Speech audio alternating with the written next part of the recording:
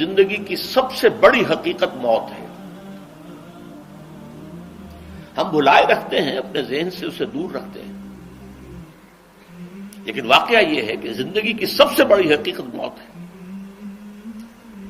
خدا کے منکر پیدا ہوئے ہیں، لیکن موت کا انکار کرنے والا تو کوئی پیدا نہیں ہوا.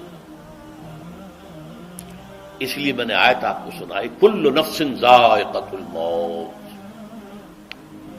ہر سی نفس کو موت کا مزہ چکھنا ہے، ہر جاندار کو موت کا مزہ چکھنا ہے. ثم الینا ترجعون، پھر ہماری طرف لوٹا دیے جاؤ. تو زندگی کی سب سے اہم حقیقت موت، اور موت کے بعد رجوع الی اللہ، آخرت، یہ سب سے بڑی حقیقت ہے. ایک حقیقت سب مانتے ہیں، سب جانتے ہیں، دوسری حقیقت کے اوپر پردہ پڑا. میں نے اس اعتبار سے نوٹ کیا، یہ الفاظ قرآن میں 3 مرتبہ ہے. کل نفس ذائقۃ الموت، ہر جاندار کو موت کا مزہ چکھنا ہے. انبیاء اس سے مستثنا نہیں رہے، رسول اس سے مستثنا نہیں رہے، اولیاء اللہ مستثنا نہیں رہے. وقتی طور پر استثناء حضرت عیسیٰ کا ہے کہ ابھی وہ زندہ ہیں، لیکن عیسیٰ یاتی علیہ الموت، حضور نے فرمایا عیسیٰ پر بھی موت آئے گی. جب دوبارہ آئیں گے، زمین پر اتریں گے، پھر اس کے بعد ان پر موت وارد ہوگی. ان کی نماز جنازہ پڑھی جائے گی، انہیں دفن کیا جائے گا حضور کے پہلو میں. شادی بھی کریں گے، اولاد بھی ہوگی. باقی تو یہ ہے کہ کل نفس ذائقۃ الموت، سب کو موت کا مزہ چکھنا ہے. عیسیٰ بھی بالآخر اس سے مستثنا نہیں رہیں گے. بلکہ قرآن میں ایک جگہ کہا گیا ہے افإن مت فہم الخالدون. کیا ہے نبی، اگر آپ کا انتقال ہو گیا تو یہ کیا ہمیشہ رہیں گے؟ کون ہے دنیا میں جو ہمیشہ رہے؟ انتقال تو ہونا، آپ کا بھی ہونا ہے. انک میت وانہم لمیتون. یہ تو مختصر ترین الفاظ تھے. اس سے آگے بڑھیے، سورہ انبیاء میں فرمایا کل نفس ذائقۃ الموت وَنَبْلُوكُمْ بِالشَّرِّ وَالْخَيْرِ فِتْنَةً وَإِلَيْنَا تُرْجَعُونَ. ہر جاندار کو موت کا مزہ چکھنا ہے، اور اس سے پہلے پہلے ہم تمہیں آزماتے رہیں گے، خیر کے ذریعے بھی، بھلائی دے کر، صحت دے کر، دولت دے کر، اولاد دے کر، شہرت دے کر، اور برائی کے ذریعے سے بھی، تنگ دستی دے کر، بے عزتی دے کر، اہانت دے کر، ذلت دے کر. وَإِلَيْنَا تُرْجَعُونَ، اور پھر ہماری طرف لوٹائے جاؤ گے. یہ وہ دوسری حقیقت جو میں نے کہا کہ جس پر پردہ پڑا ہوا ہے، بہت بڑا پردہ ہے.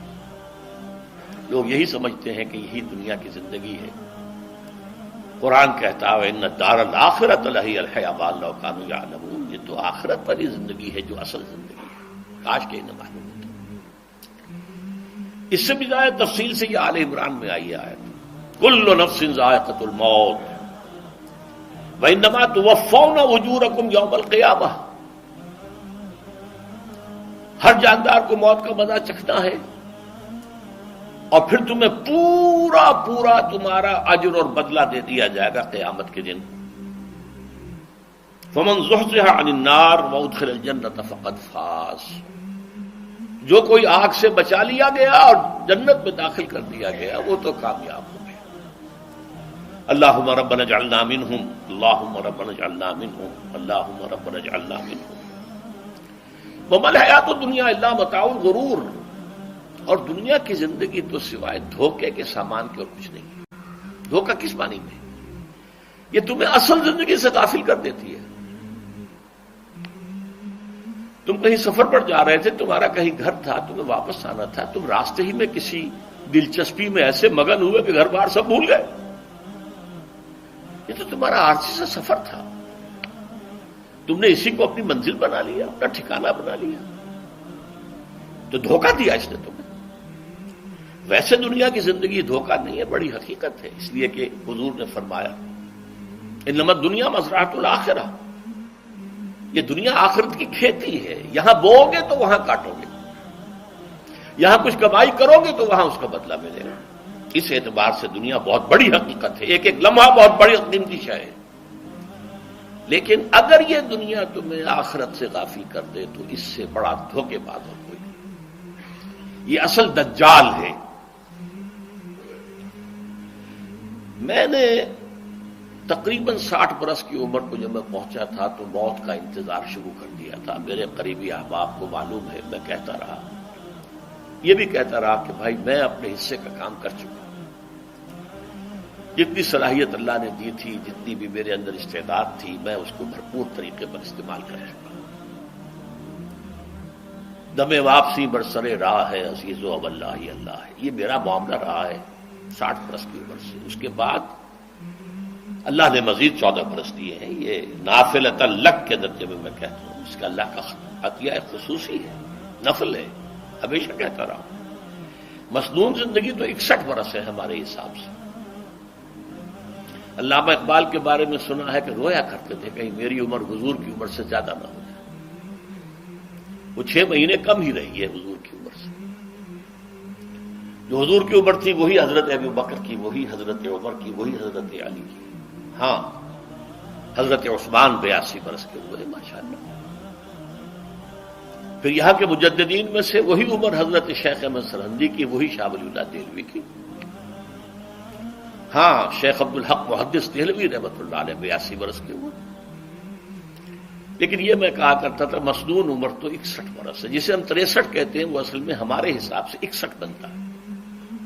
وہ 63 قمری ہے، جو 9 دن کم ہے. قمری سال جو ہے وہ شمسی سال سے. بہرحال میں اس وقت سے منتظر تھا، لیکن جو بھی وقت اللہ نے دیا ہے اللہ کا شکر ہے وہ مفید کاموں میں لگا ہے. ان میں خاص طور پر میں سمجھتا ہوں کہ اللہ کا مجھ پر سب سے بڑا احسان، اور مجھے پر نہیں، بہت بڑے پیمانے پر لوگوں پر جو احسان ہوا ہے وہ میرا 1998 کا دورہ ترجمہ قرآن جو کراچی میں ہوا تھا. 1998 کے مارچ میں میرا بڑا آپریشن ہوا، دونوں گھٹنے تبدیل کیے گئے. لیکن 98 کے آخر میں، حالانکہ میں چل نہیں سکتا تھا، کراچی میں مسجد جو ہے اونچی ہے، دوسری منزل پر ہے، تو خاص ریمپ بنایا گیا جس کے ذریعے میں ویل چیئر پر مجھے لے جایا جاتا تھا. میں نے درس دیا. اس درس کی گزشتہ چند سالوں سے پوری دنیا میں جو گونج ہوئی ہے اللہ کے فضل و کرم سے، اللہ کی کوئی حکمت خداوندی اس کے ساتھ وابستہ ہے. اس میں میرے کسی کام کو دخل نہیں ہے، میری کسی کوشش کو دخل نہیں ہے. میں نے تو جو درس میں دیتا آ رہا تھا سن 85 سے دورہ ترجمہ قرآن، البتہ یہ بات ضرور ہے کہ میں نے محسوس کیا تھا کہ سن 98 کے اس درس میں دورہ ترجمہ قرآن کے مجھے خصوصی انشراح حاصل تھا. میری ساری گفتگو کا حاصل کیا ہے؟ دیکھیے، نظریاتی تحریکوں کا تعلق اشخاص سے نہیں ہوتا. ٹھیک ہے، کوئی اس کا داعی ہوتا ہے، کوئی اس کا مؤسس ہو جاتا ہے، کوئی اس کا آغاز کرنے والا ہوتا ہے، لیکن نظریاتی تحریک افراد سے وابستہ نہیں ہوتی. افراد آتے چلے جاتے ہیں اپنا اپنا حصے کا کام کر کے، جس کو جتنا مقدر ہے، جتنی اللہ تعالیٰ کی طرف سے توفیق ہے، وہ اپنا کام کرے گا، چلا جائے گا. یہ چمن یوں ہی رہے گا اور ہزاروں جانور اپنی اپنی بولیاں سے بول کر اڑ جائیں گے. مبارک ہیں وہ لوگ جنہیں قرآن کی بولی بولنا نصیب